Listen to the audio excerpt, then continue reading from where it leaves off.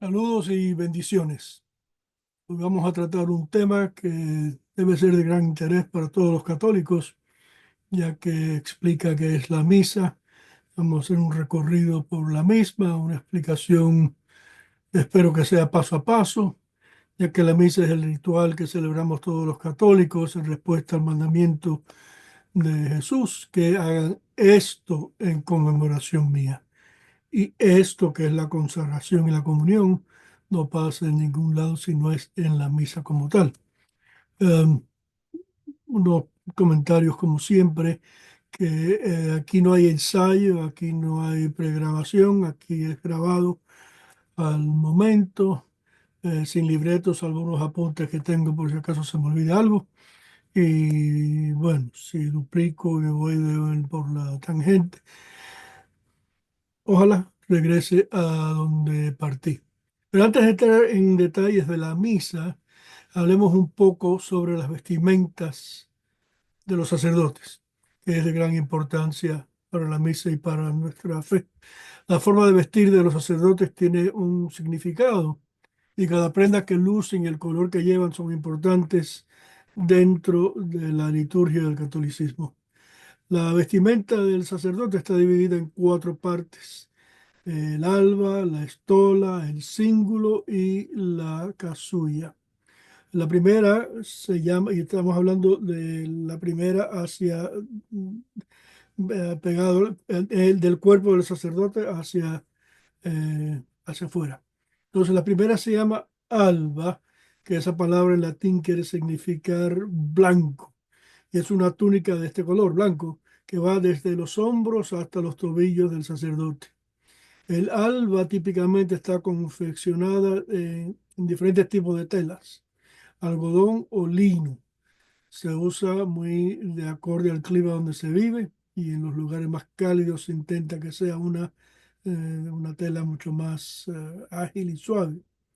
Esta prenda que es utilizada por el sacerdote, también el diácono y los demás ministros del altar, si están concelebrando en diferentes celebraciones religiosas, y esta está acompañada por el cíngulo, que es una especie de lazo que se ciñe en la cintura y representa templanza.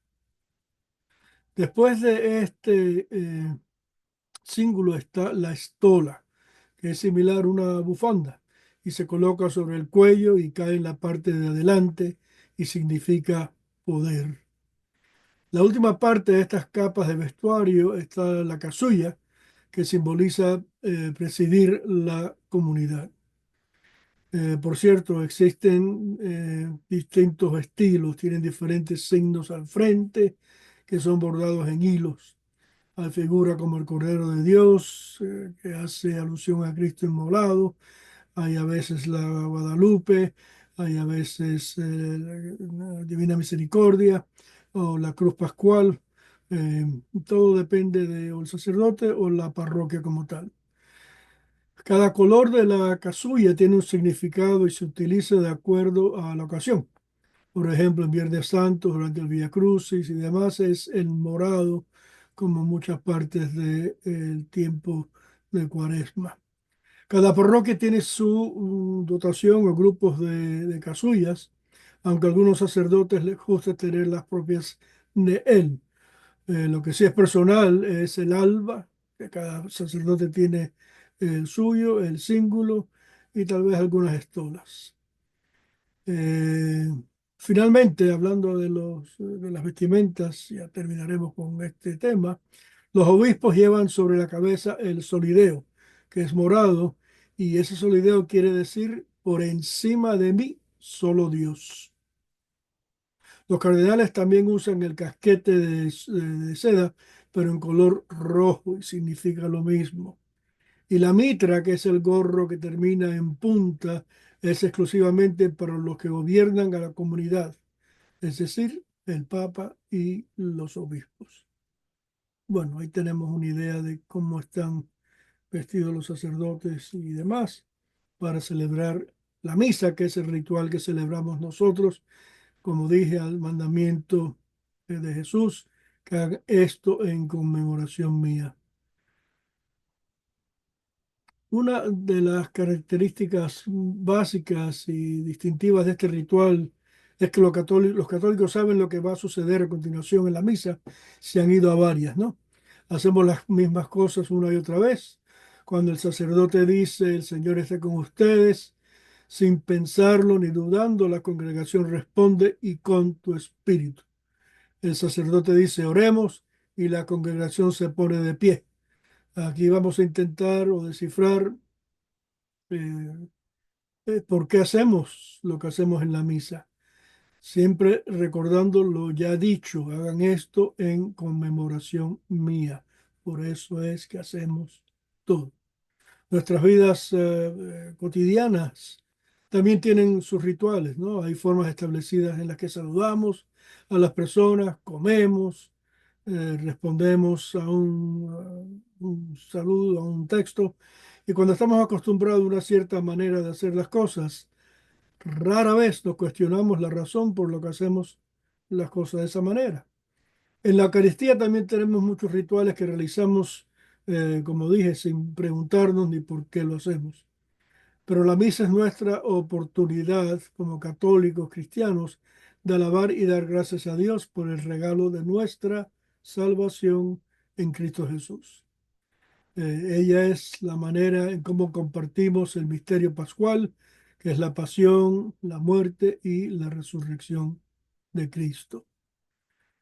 La misa tiene cuatro partes, ¿eh? La apertura o ritos de iniciación iniciales, dos liturgias, la liturgia de la palabra, la liturgia de la Eucaristía, que está en el medio de la liturgia, de la apertura, de la parte de apertura y la parte de despedida. Esas son las cuatro partes de la Biblia, las más importantes están al centro, la palabra y la Eucaristía. Pero empezamos obviamente con la apertura o los ritos iniciales, ¿no? Los ritos que preceden a la liturgia de la palabra son el canto de entrada, el himno, el saludo, el acto penitencial, el Señor ten piedad, el gloria, que se omite en ciertos momentos como en Adviento y Cuaresma, y la oración colecta, ¿no? Que van a cobrar la oración que el sacerdote colecta, la del todo el pueblo, y se lo ofrece al Señor. Estas partes de la misa tienen obviamente el carácter de introducción y preparación para lo que nos viene después, que son las dos liturgias que les hablé. Y también la finalidad de estos ritos de apertura es hacer que los fieles que estén ahí reunidos constituyan una comunidad dirigida por el sacerdote y se dispongan a oír eh, la palabra de Dios y a celebrar dignamente la Eucaristía. Eh, Esta primera parte, como acabamos de decir, al comenzar la misa, todos se ponen de pie. El estar de pie, la postura tradicional de un cristiano en oración que expresa la atención nuestra a la palabra de Dios y la disposición para llevar a cabo esa palabra que acabamos de oír. La palabra va a ser leída por múltiples personas y cuando llegue ese momento hablaré de ello. Comenzamos cantando juntos para unir nuestros pensamientos y nuestras ideas, nuestras voces en una palabra común.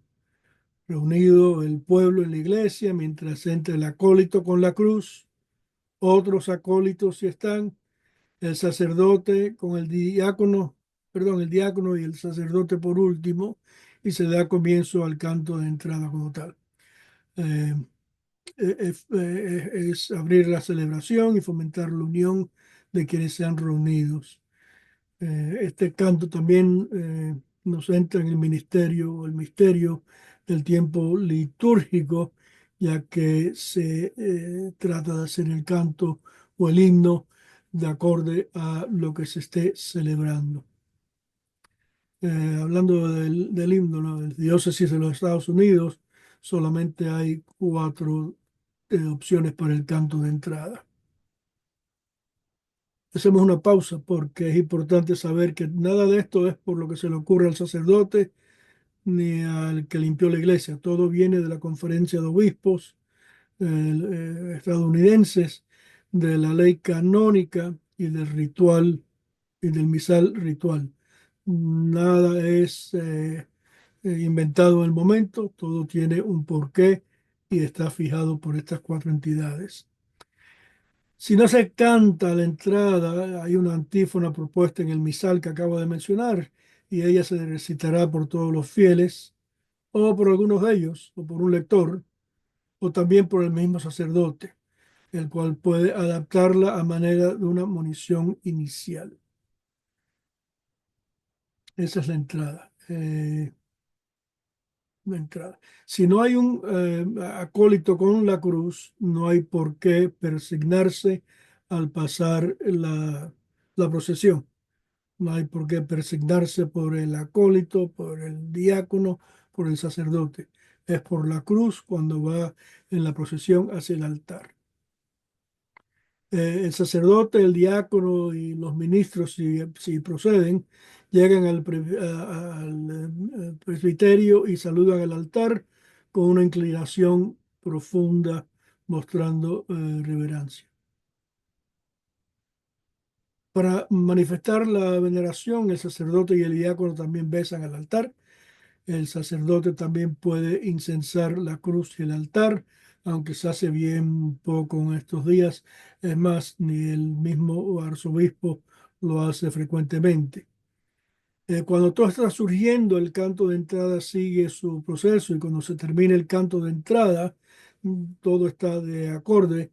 El sacerdote, de pie junto a la sede y toda la asamblea, hace la señal de la cruz. A continuación, el sacerdote, por medio del saludo, manifiesta a la asamblea reunida la presencia del Señor. Con este saludo y con la respuesta del pueblo queda de manifiesto el misterio de la iglesia congregada. El Señor esté con ustedes y con tu espíritu. Pausamos. Esta es la manera de mantener las manos durante la misa o esta, como mandamos los mensajes telefónicos. El Señor está con ustedes y con tu espíritu. Quiere decir que lo rechazamos. Y con tu espíritu estamos chequeando a ver si está llovinando. Nada de eso es parte del rito de de la misa. Creo que lo voy a mencionar varias veces para enfatizarlo. El Padre Nuestro no es un Padre Nuestro luterano, es un Padre Nuestro católico. Bueno, tengo al sacerdote en el altar diciendo el Señor esté con ustedes. El sacerdote sí hace esto. Él es clero, él ha pasado a su sacerdocio y él nos da su bendición. El Señor esté con ustedes. Sus palmas de sus manos son las que se bendijeron en su sacramento de ministerio sacerdotal y las de nosotros no le ha pasado nada. Que no sé por qué hacemos una mímica del sacerdote. El Señor está con ustedes y con tu espíritu. Pero es peor porque se lo lanzamos. El sacerdote le hace esto, nosotros se lo disparamos como que casi un rechazo, ¿no? Pero bueno, el sacerdote una vez que estaba en el altar paró el canto inicial y invita al acto penitencial que trae un breve momento de silencio antes de comenzarlo. Y realiza toda la comunidad este acto con la fórmula de una confesión general en realidad. Y se termina con la absolución del sacerdote y ahí se debe persignar, la cual, sin embargo, carece obviamente eh, propia del sacramento de la penitencia. Al terminar el confiteor, que es como se llama esta oración, el pueblo debe persignarse, como acabo de decir, durante las palabras Dios Todopoderoso tenga misericordia de nosotros, perdone nuestros pecados y nos lleve a la vida eterna. Esto, o esto, o esto. Después del confiteor viene el Señor, ten piedad.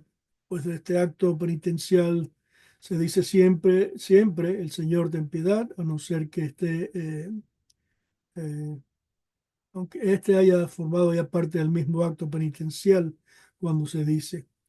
Eh, este canto con los que fieles aclaman al Señor y piden su misericordia regularmente habrán de hacerlos todos, es decir, tomarán parte en él el pueblo y el coro o un cantor.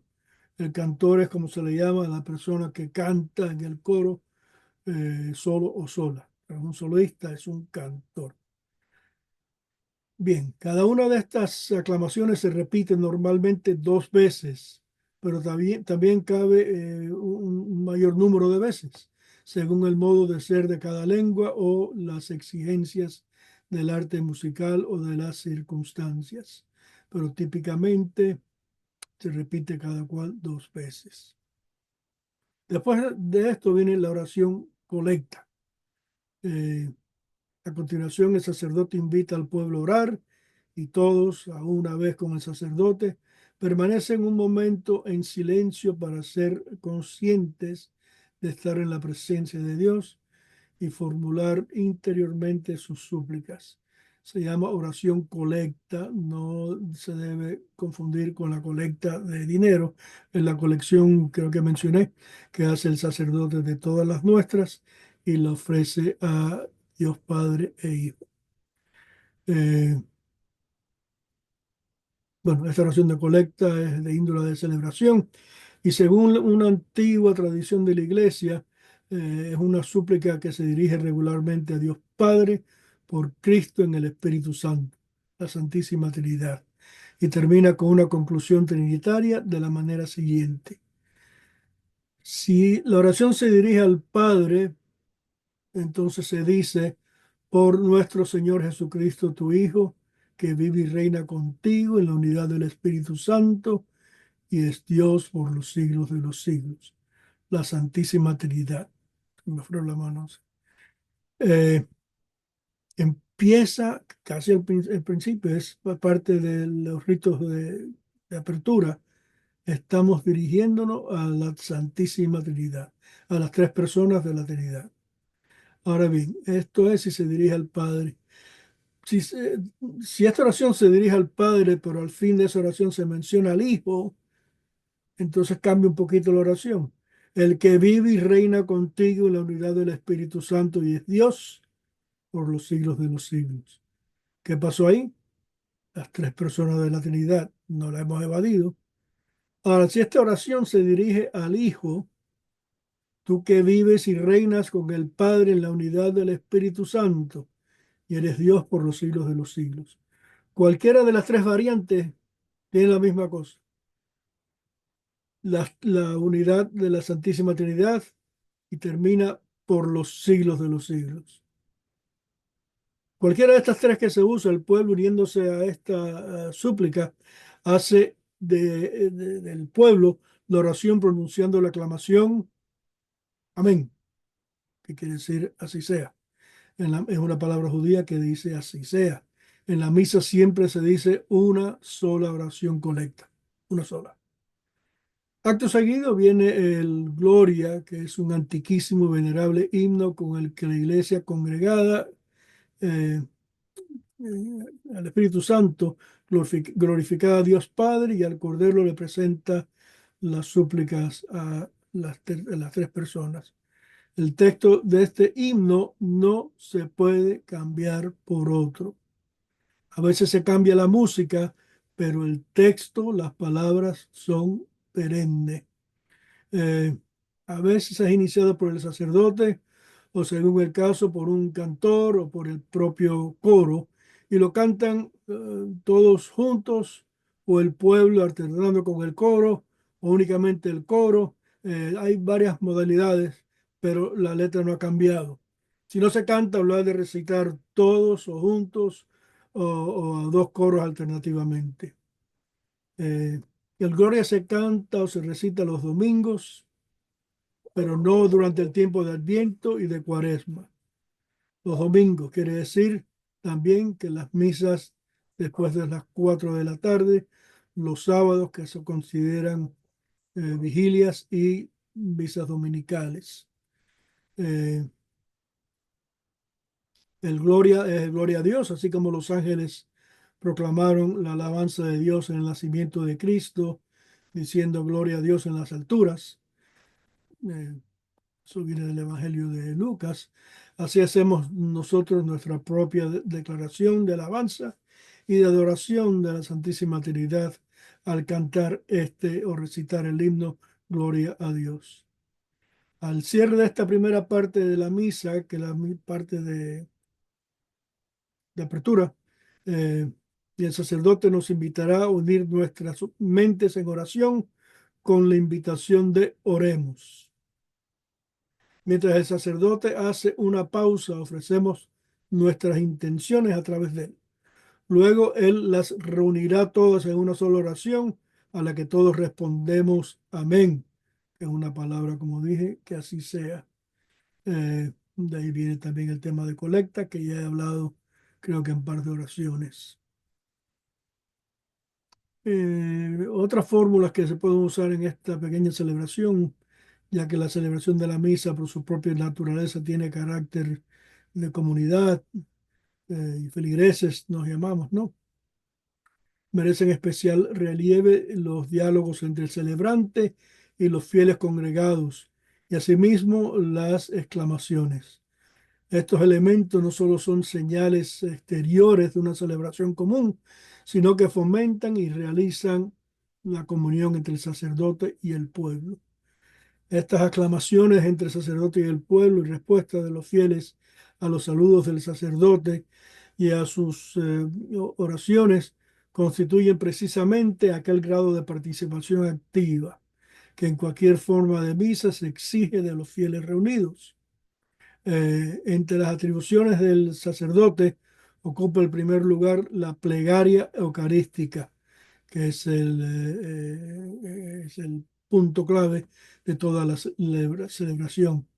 Se añaden a estas otras oraciones, a saber, la oración colecta, la oración sobre las ofrendas, la oración después de la comunión, y todas estas oraciones las dirige a Dios, el sacerdote que preside la asamblea, actuando en la persona de Cristo, en nombre de todo el pueblo santo y de todos los presentes. Con razón entonces se le denomina y se llaman estas oraciones presidenciales, porque está presidiendo el sacerdote estas oraciones. Eh, bueno, como dije, y me perdonan si repito algunas cosas, pero empezamos con la señal de la cruz, recordamos nuestro bautizo, luego el sacerdote nos saluda, el Señor esté con ustedes. Y esto es un reflejo de donde dos o tres se reúnen en mi nombre, ahí estaré yo, que viene de Mateo. La respuesta al saludo, el Señor esté con ustedes y con tu espíritu. Reconocemos que el sacerdote ha recibido el Espíritu de Dios.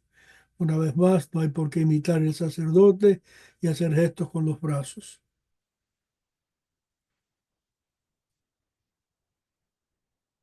Ahí tengo que aclarar otra vez más, como hemos dicho múltiples veces en nuestras reuniones dominicales, el rito de la iglesia y las rúbricas del misal romano, del catecismo como tal y de la ley canónica no mencionan absolutamente nada que hacer con las manos o brazos durante la misa, salvo tenerlas en formas de oración, como mencioné. El levantarnos para decir y con tu espíritu, el levantar para ver si llueve en el Padre Nuestro, no es litúrgico, no pasa nada si se hace, pero no lo es. Al igual que la señal de paz. Típicamente se debe hacer con los dos que están cerca de ustedes. Si tienen un pariente al otro lado de la iglesia o pasando la avenida, no hay por qué pararse en puntillas para mandarle un saludo si lo acaban de ver en el estacionamiento. No es necesario. Bueno, eh, ¿por dónde andaba? Corresponde también al sacerdote que preside moderar la palabra de Dios y dar la bendición final como parte de su presidencia. También le está permitido introducir a los fieles en la misa del día con brevísimas palabras, después del saludo inicial y antes del acto penitencial. Para la liturgia de la palabra, antes de las lecturas, en la plegaria eucarística, antes de iniciar el prefacio, pero nunca dentro de la misma plegaria, y finalmente da por concluida la acción sagrada antes de fórmula de despedida. Ahora, la segunda parte de la misa es la primera liturgia, y esa es la liturgia de la palabra. Me demoré mucho tiempo en el rito de apertura, pero bueno, ahí habían otros temas que no necesariamente aplicaban solo a eso. En las lecturas se dispone la mesa de la palabra de Dios a los fieles y se les abren los tesoros bíblicos. Se debe, por lo tanto, respetar la disposición de las lecturas bíblicas, la cual pone de relieve la unidad de ambos testamentos y de la historia de la salvación. No está permitido cambiar las lecturas y el salmo responsorial que contiene la palabra de Dios por otros textos no bíblicos y ni siquiera por otros textos que no están señalados en el leccionario. En la misa celebrada con el pueblo, las lecturas se proclaman siempre desde el ambón, nunca de otro lugar. El proclamar las lecturas, según la tradición, no es un oficio presidencial, sino ministerial. Por consiguiente, las lecturas son proclamadas por un lector. El Evangelio, en cambio, viene anunciado por el diácono o en su ausencia por el sacerdote. Cuando falta el diácono, el mismo sacerdote se le proclamará el Evangelio, él. En ausencia de lectores idóneos, el sacerdote celebrante proclamará también las demás lecturas. Las lecturas típicamente, la primera, hablando de sábados, vigilia y domingo, la primera lectura nos viene típicamente del Antiguo Testamento. Cuando no sea así, nos viene de los Hechos de los Apóstoles. Son los dos más frecuentemente utilizados. Hay, decimos siempre que hay una primera lectura y segunda lectura y obviamos que el Salmo está entre la primera y segunda lectura y es en realidad otra lectura porque viene del Antiguo Testamento. Pero bueno, está la primera lectura, el Salmo, segunda lectura. Esa segunda lectura nos llega del Nuevo Testamento, pero nunca de eh, los Evangelios. Después de la segunda lectura nos llega el Evangelio, que es obviamente uno de los cuatro Evangelios y típicamente el Evangelio del el evangelista cuyo año esté en vigor. Hoy casualmente, y esto si se ve aquí a un tiempo, comenzamos nuestro año litúrgico C, que es el de Lucas. Eh, y esta proclamación del Evangelio constituye el punto de enfoque de la liturgia de la palabra. Se da una suma veneración al Evangelio y estamos de pie cuando las otras estamos sentados y escuchando. Eh, el ministro encargado de anunciarlo tiene todo el respeto y dice tres o hace tres señales de la cruz cuando está en el ambón, ¿verdad? Bendice mis pensamientos, bendice mis palabras, bendice mi corazón. Eso es lo que está diciendo el sacerdote y después se persigna como todos sabemos. El santo responsorial, como mencioné, está después de la primera lectura y es parte integrante de la liturgia de la palabra y tiene gran importancia litúrgica y pastoral en cuanto que fomenta la meditación de la palabra de Dios. Y entonces, en realidad, si vemos estas cuatro lecturas como tal, tenemos dos típicamente del Antiguo Testamento y dos típicamente del Nuevo. El Salmo responsorial típicamente responde a cada una de las lecturas y por lo general se toma del leccionario también, predeterminado y prescrito por todas las entidades que he mencionado varias veces, eh, citas en Roma, por supuesto. Es preferible que el salmo responsorial se cante, por lo menos en lo que se refiere a la respuesta del pueblo.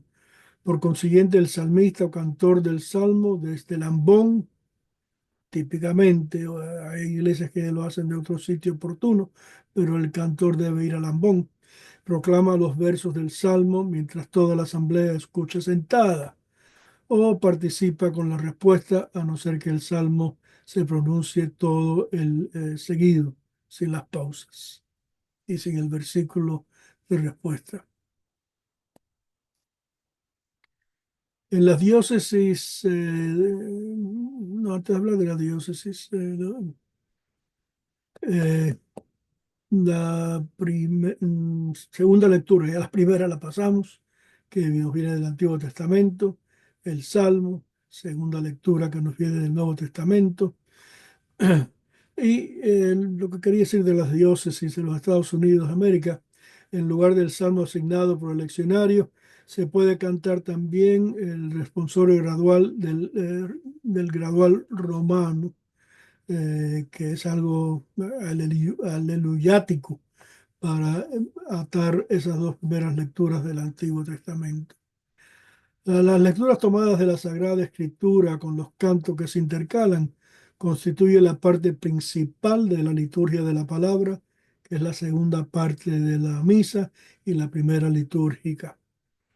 Eh, eh, eh, Abre la lectura de la palabra, abre esta liturgia, seguida por la homilía, seguida por la profesión de fe, seguida por la oración universal u oración de los fieles, se desarrollan y concluyen en las lecturas y luego explica la homilía. Dios habla a su pueblo, le descubre el misterio de la redención y salvación y le ofrece el alimento espiritual, y el mismo Cristo, por su palabra, se hace presente en medio de los fieles. Entonces, para concluir este pequeño resumen, primera lectura, Salmo, segunda lectura, Evangelio. Esas son las lecturas. Le sigue la homilía, que es o la explicación o la conexión del sacerdote de lo que acabamos de leer y oír. Después de la homilía nos llega nuestra profesión de fe, que es simplemente el credo niceo. El credo de Nicea, donde se menciona tal cual nuestra, nuestra profesión de fe. Y cuando un obispo preside la misa, dice tal cual, esta es la profesión de nuestra fe. Después viene la oración universal o la oración de fieles, y termina entonces esta parte, la liturgia. La oración de los fieles lleva eh, ciertos temas, y todos son de orden general a específico. Se reza por la paz mundial, la paz de la nación, los políticos y- y otros de la nación, temas locales, temas de la iglesia y los fallecidos en eh, la semana pasada en esa parroquia. Continuamos. Hay varias cosas ahí que tal vez por eso es interesante que haga eh, un ensayo, pero bueno, la homilía, como mencioné, es parte de la liturgia y es obviamente crucial, pues es necesaria para alimentar la vida cristiana. Conviene que sea una explicación o de algún aspecto particular de las lecturas. La homilía la pronuncia ordinariamente el sacerdote celebrante, o será recomendada por él a un sacerdote concelebrante o también al diácono, pero nunca a un laico. Eh, los domingos y fiestas de precepto se debe tener homilía y no se puede omitir sin causa grave. Los domingos y fiestas de precepto no se puede omitir. En todas las misas que se celebran con asistencia del pueblo.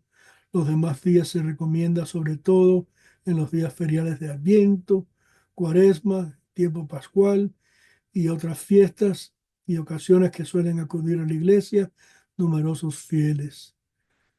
Después de la homilía se guardará oportunamente un breve momento de silencio. Y este momento es importante. Antiguamente el sacerdote se sentaba y estaba unos segundos ahí sentado. Hoy en día también lo hacen algunos sacerdotes, no todos. Van directamente de la homilía al credo de Nicea en vez de descansar recolectando sus ideas que acaba de expresarle a la congregación. El credo de Nicea, como mencioné hace unos momentos, es el símbolo o profesión de fe que tiende a todo el pueblo congregado y responde a la palabra de Dios. Eh, y están obviamente, eh, se, se vienen de la Sagrada Escritura y tienen algo que ver con la homilía que acabamos de escuchar. La oración universal que viene después del credo, eh, el pueblo responde de alguna manera a la palabra de Dios recibida con fe y ejercen su sacerdocio bautismal durante esta. El orden, como dije, es las necesidades de la iglesia. No, esa no la puse, fíjese, pero ahora me acuerdo que sí. Primero la necesidad de la iglesia, el Santo Padre, los que gobiernan las naciones, eh, la salvación del mundo entero, los que padecen cualquier dificultad y la comunidad local, incluyendo los fallecidos. Corresponde en realidad al sacerdote celebrante dirigir esta oración desde la sede. Él puede introducirla, pero un lector puede continuar las otras. La puede pronunciar un cantor, un diácono, un lector, un fiel laico desde el ambón, típicamente. El pueblo está de pie, expresa su súplica con una invocación común que se pronuncia después de cada intención o se puede orar en silencio. Aquí termina la segunda parte de la misa y entramos en la tercera parte de la misa, que es la segunda liturgia y es la clave y la por cual hemos estado reunidos. En la última cena, Cristo instituyó el sacrificio y banquete pascual por el que se hace continuamente presente en la iglesia el sacrificio de la cruz, cuando el sacerdote que representa a Cristo el Señor lleva a cabo lo que el Señor mismo realizó y confió a sus discípulos para que lo hicieran en memoria suya. Cristo tomó en sus manos el pan y el cáliz, dio gracias, lo partió y lo dio a sus discípulos diciendo, tomen, coman, beban, esto es mi cuerpo, este es mi cáliz de mi sangre, hagan esto en conmemoración mía. De ser yo sacerdote que además pasará esa palabra esto, lo enfatizaría de tal manera que, ¿para qué decirles? Hagan esto, porque esto es lo que el Señor nos ha dicho que hagamos. Tomen, coman, beban, lo estoy uniendo, ¿no? Coman de este que es mi cuerpo. Es mi cuerpo, es mi sangre, no es un símbolo. Y de ahí viene la distinción entre católicos y nuestros hermanos protestantes, que toman jugo de uva y un pedacito de pan, simbolizando la, la sangre y carne de nuestro Señor Jesucristo. Nosotros no. Esa consagración del sacerdote ha convertido el vino y el pan entre sangre y carne de nuestro Señor, que fue lo que dijo él. Aun cuando le dijeron que no eran caníbales, que no iban a hacer eso, él no suavizó su punto de vista. Él siguió con que era su carne y su cuerpo. Una observación mía. Jesús no le puso en la boca la comunión a nadie. Partió el pan, se los dio a sus discípulos, coman que este es mi cuerpo. Entonces, aquellos que tienen no quieren recibir el cuerpo de Cristo en sus manos, por cierto, es así, se llama esto el trono del Señor, pero quieren que se le ponga en la boca, está bien, pero en mi opinión, tomándolo en la mano es como el Señor quiso. Y lo que nunca podré entender yo en mi vida, y tal vez después de ella, es por qué un ministro de la Eucaristía recibe comunión en la boca. Entonces, vámonos del punto de vista de un feligrés.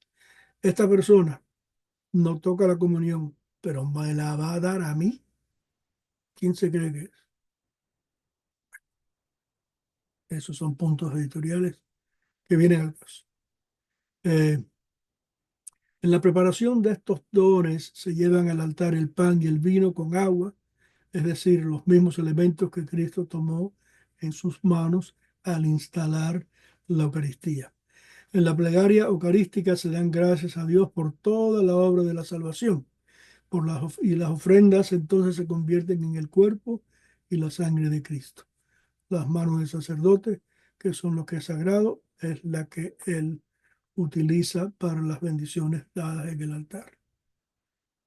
Por la fracción del pan y por la comunión, los fieles, aun siendo muchos, reciben de un solo pan el cuerpo y de un solo cáliz la sangre del Señor. Del mismo modo que los apóstoles lo recibieron de manos del mismo Cristo en la última cena, que es la cena del Pashá de los judíos, siendo nuestro Señor un rabino judío. La preparación entonces de los dones y el comienzo de la liturgia eucarística, tercera parte de la misa, se llevan al altar los dones que se convertirán en el cuerpo y la sangre de Cristo. Hasta hace poco, durante la pandemia, esa procesión no se llevaba a cabo. Se está ya volviendo a llevar a cabo en la mayoría de las iglesias, sino que si no se ha hecho ya. En primer lugar, entonces se prepara el altar o la mesa del Señor, que es el centro de toda la liturgia eucarística, de la siguiente manera. Sobre el altar se colocan el corporal, el purificador, el misal y el cáliz, que puede también dejarse preparado en la credencia, que es el mueble que está detrás del altar o hacia un lado del altar. Eh, Preparado el altar, se traen a continuación las ofrendas y es de alabar que el pan y el vino se presenten por los mismos fieles. El sacerdote o el diácono los recibirá en un lugar apropiado, típicamente a los pies del altar, y le llevará entonces al altar como tal. El altar, por cierto, hay dos sitios que se muestran reverencia en la iglesia. El tabernáculo es el principal porque ahí está descansando Jesús. Comuniones que han quedado consagradas de una misa previa, pero no se consumieron. Están ahí. Y sabemos que están ahí porque típicamente no debe haber una vela encendida diciendo que Jesús está ahí. El otro punto de alabanza o reconocimiento o no encuentro la palabra ahora, es el altar. Y ese es lo que saludan los sacerdotes y diáconos cuando entran, es lo que saludan los lectores cuando suben y bajan del altar siendo el altar que es la mesa del Señor, es el segundo que se le da alabanza. No deben ser a ambos porque entonces van a necesitar una pastilla para la espalda. Si los fieles no traen pan y vino suyo como se hacía antiguamente, obviamente que eso no pasa con este destino litúrgico, el rito de presentarlos conserva igualmente su sentido y el significado espiritual de aquel entonces. Antiguamente también en estos momentos se traía dinero u otros dones para los pobres de la parroquia o para la iglesia misma. Muchas veces los fieles mismos aportaban esto o lo recolectaban en la iglesia o se colocaban en un lugar oportuno, pero no en la mesa eucarística, sino a un lado del altar. Acompaña a esta pequeña procesión en que se llevan los dones del canto del ofertorio y se prolonga por lo menos hasta que los dones han sido depositados sobre el altar. O sea que este canto debe acompañar este proceso hasta que se termine el proceso. Otro momento que pasa esto es durante la comunión y hasta que se guarde las comuniones en el tabernáculo, sigue cantándose el mismo canto. Y a veces hasta ya pasó, no hay más canto, sino que solamente la música. Eh, este canto, por último, puede acompañar los ritos del ofertorio, aun cuando no haya procesión de ofrendas. Las ofrendas están en el mueble ya y no se traen por nadie, pero sí, el canto sigue y debe seguir hasta que se termina esa fórmula. El sacerdote coloca el pan y el vino sobre el altar recitando las fórmulas ya prescritas.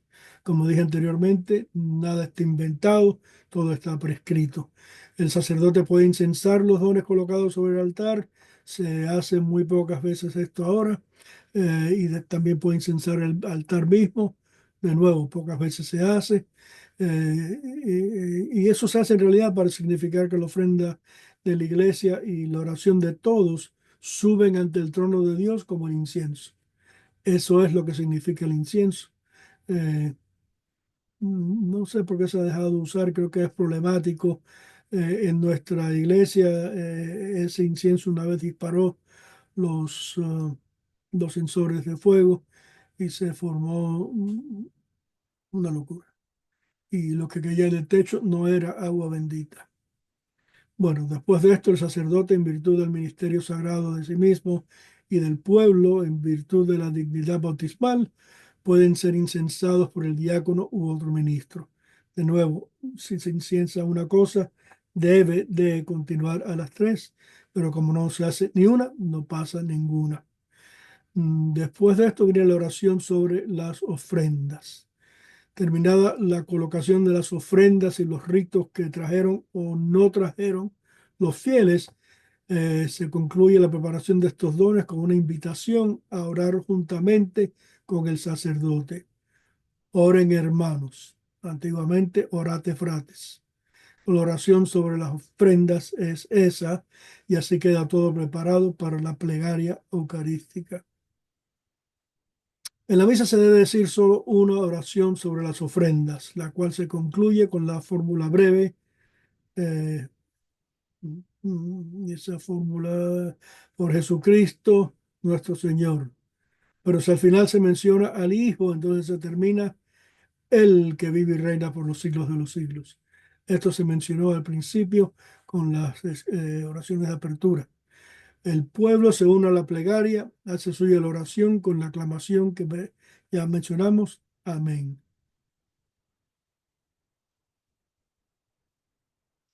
Eh, Disculpen, fue en donde me quedé.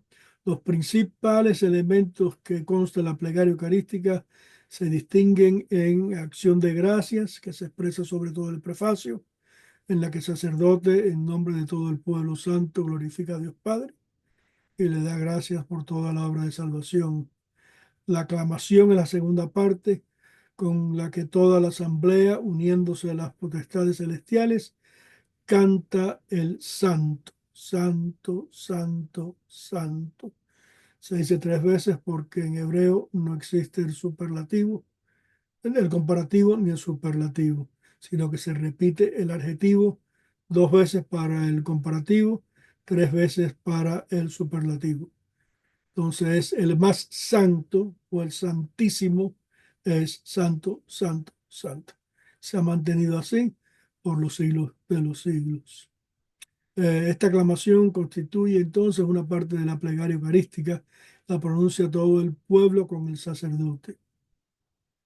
Epíclesis es la iglesia por medio de determinadas invocaciones implore el poder del Espíritu Santo para que los dones que han ofrecido los hombres sean consagrados, es decir, se conviertan en el cuerpo y la sangre de Cristo y para que la víctima inmaculada que se va a recibir en la comunión sea para salvación de quienes la reciban. Esto ata un montón de factores que a veces, de nuevo, lo vemos todos los domingos y no nos damos cuenta. Típicamente, alguien de la congregación procesa con los dones se ponen en el altar, los dones se ofrecen al Señor y ahora se van a constituir en las comuniones que vamos a recibir. Eh, Ahora nos llega una narración de la institución y consagración y mediante las palabras y acciones de Cristo se lleva a cabo el sacrificio que Cristo mismo instituyó en la última cena, como ya hemos mencionado. cuando bajo las especies de pan y vino ofreció su cuerpo y su sangre y se lo dio a los apóstoles en forma de alimento y bebida, y les dejó el mandato de perpetuar este mismo misterio. El anamnesis. En mi vida entera, si digo esa palabra 10 veces, 12 la digo mal, pero al cumplir el cargo de Jesús a través de los apóstoles, recibió de Cristo Señor la iglesia y realiza el memorial del mismo Cristo. Y la iglesia recuerda principalmente la bienaventurada pasión y su gloriosa resurrección y ascensión al cielo. Esto es el tema principal de la anamnesis, ya va, que es un punto focal también de esta parte de la liturgia de la Eucaristía. Así que es una oblación que es con la que la iglesia, sobre todo la reunida aquí y ahora donde estén, ofrece en el memorial que se está haciendo al Padre en el Espíritu Santo la víctima inmaculada que es Jesús. La iglesia pretende que los fieles no solo ofrezcan la víctima inmaculada, sino que aprendan a ofrecerse a sí mismos, ya que de día a día perfeccionen ser iguales a Cristo y que Dios sea todo para todos. Después de esto nos llega unas intersecciones que dice el sacerdote y con ellas se da a entender que la Eucaristía se celebra en comunión con toda la iglesia celeste y terrena y que la oración se hace por ella y por todos los miembros vivos y difuntos. Muy importante esa distinción. Miembros que han sido todos llamados a la participación de la salvación y la redención adquiridas por el cuerpo y la sangre de Cristo. Concluimos este pedazo de la misa con la doxología final y con ella se expresa la glorificación de Dios, se concluye y confirma con la aclamación del pueblo. ¿Cuál es la aclamación? Amén. Y ahora viene el punto clave de la misa en sí, que es el rito de la comunión, que está dentro de la liturgia de la Eucaristía. La celebración eucarística es un convite pascual. Conviene que según el mandato del Señor, su cuerpo y su sangre sean recibidos por los fieles, pero tienen que estar debidamente dispuestos para recibir este alimento celestial. La oración del Señor, que es la oración del Padre Nuestro, se pide el eh, pan cotidiano celestial, no necesariamente el pan cotidiano que comemos, sino el celestial que nos alimenta el alma. Interesante cuando los apóstoles le preguntan a Jesús cómo rezamos, él no dice Padre mío, sino dice Padre nuestro, que nos hace a todos hermanos de inmediato, ¿verdad? Pero bueno, los cristianos evocan principalmente el pan eucarístico y se implora la purificación de los pecados, de modo que verdaderamente se den a los santos las cosas santas. El sacerdote invita a orar y todos los fieles dicen a una sola voz con el sacerdote en la oración y solo el sacerdote añada el embolismo, el cual el pueblo lo concluye con la doxología. El embolismo que desarrolla la última petición de la oración dominical pide para toda la comunidad de los fieles la liberación del poder del mal. Esta imitación, la oración misma, el embolismo y la doxología, las tres, que con el pueblo concluye esta parte, se cantan o se dicen en voz alta. Ahora nos llega, estamos ya casi terminando esta parte de la liturgia, el rito de la paz. 4 veces Jesús nos dio su paz en los evangelios y sigue a continuación del Padre Nuestro, el rito de la paz, con el que la Iglesia implora la paz y la unidad para sí misma y para toda la familia humana. Y los fieles expresan mutuamente la comunión eclesial y la caridad antes de comulgar en el sacramento. Por lo que toca al signo mismo de la paz, se establezcan las conferencias episcopales, no de la Iglesia episcopal, sino de las episcopales católicos, el modo más conveniente según las costumbres y el carácter de cada pueblo. pero conviene que cada uno exprese el signo de paz sobriamente y solo a las personas más cercanas, como dije mm, anteriormente. Y ahora viene la comunión. El sacerdote parte el pan eucarístico, ayudado si es necesario por el diácono o por un concelebrante. El gesto de la fracción del pan, realizado por Cristo en la última cena, y que en los tiempos apostólicos sirvió para denominar a la interacción eucarística, significa que los fieles, siendo muchos, en la comunión de un solo pan de vida, que es Cristo muerto y resucitado por la salvación del mundo, y hace esto un solo cuerpo. La fracción se inicia cuando termina el intercambio del signo de la paz y se realiza con la debida respeto, reverencia, sin lograrla innecesariamente y sin darle una importancia exagerada. Este rito está reservado al sacerdote y al diácono, no a los concelebrantes. El sacerdote parte el pan y deja caer una parte en la hostia en el cáliz, para significar la unidad del cuerpo y la sangre del Señor en la obra de la salvación, es decir, el cuerpo de Cristo Jesús, viviente y glorioso. El coro o el cantor canta la súplica a Cordero de Dios según la costumbre con la respuesta del pueblo, o al menos se dice en voz alta. Esta invocación acompaña la fracción del pan y por este motivo puede repetirse cuantas veces sea necesario hasta la conclusión del rito. La última vez se concluirá con las palabras, danos la paz. Una vez más, emulamos lo que Jesús dijo. Interesante también que cuando hay concelebrantes, ellos toman la comunión ellos mismos. El celebrante se le da al diácono, a los acólitos, pero los sacerdotes se autonutren de la comunión. Eh, Después el sacerdote muestra a los fieles el pan eucarístico sobre la patena o sobre el cáliz, los invita al banquete de Cristo y juntamente con los fieles hace, usando las palabras evangélicas prescritas, un acto de humildad.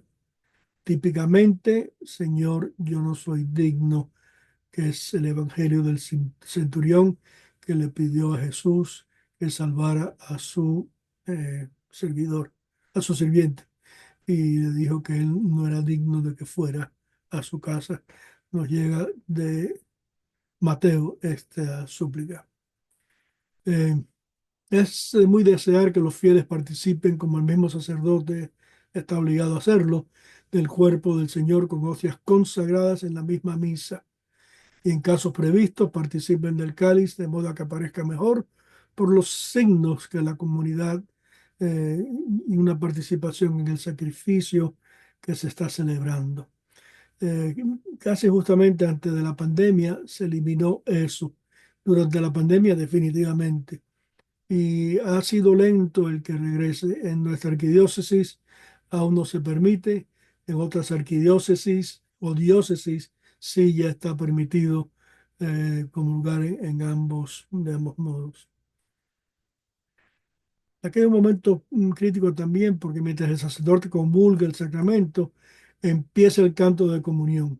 Y como dije anteriormente, no termina hasta que no cierre el tabernáculo del sacerdote, guardando las hostias o comuniones que quedaron.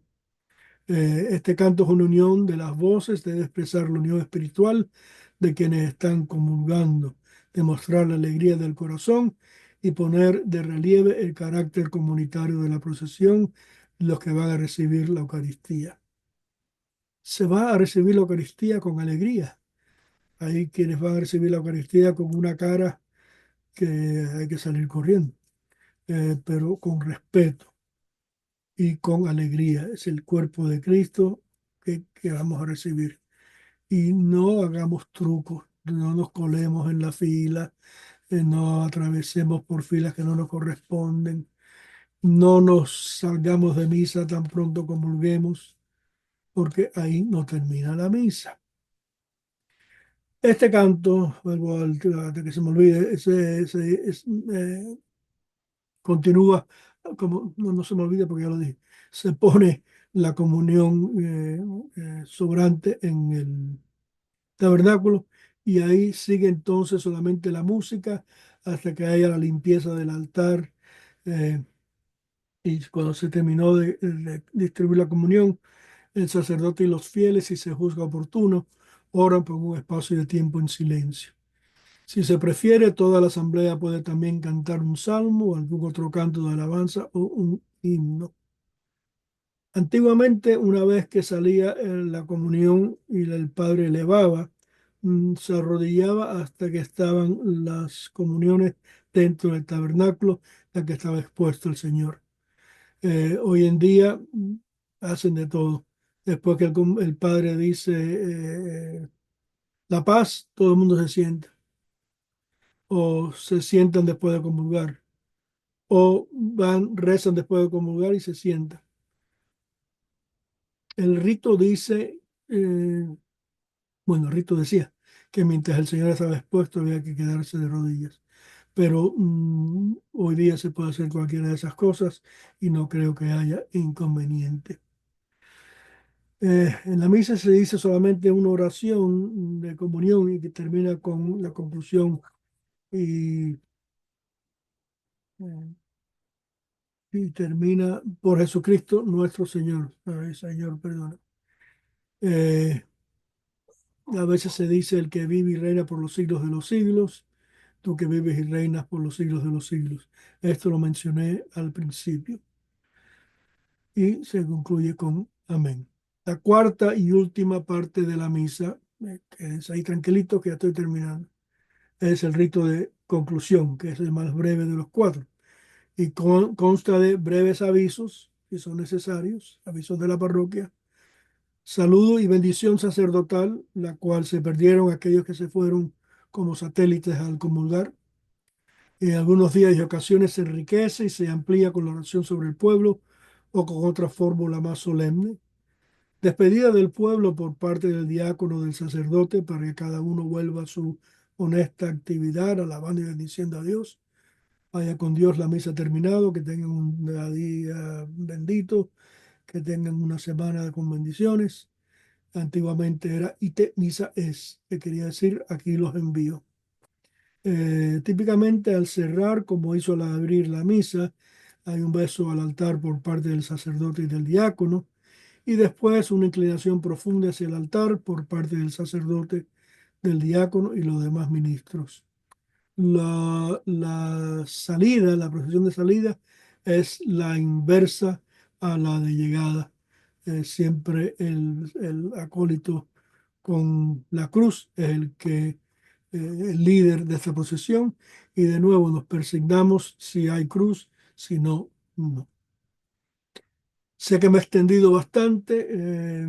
De haber comentarios, déjenmelo saber a través de mi correo electrónico cdcoton,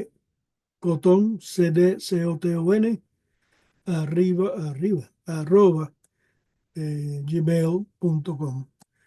Una vez más pueden ver como aquí no se ensayó nada, ya que confundo arriba con arroba. Sin más, y ha sido bastante. Bendiciones hoy y siempre. Nos mantendremos unidos en oración y que Dios los bendiga. Tengo que buscar cómo terminar.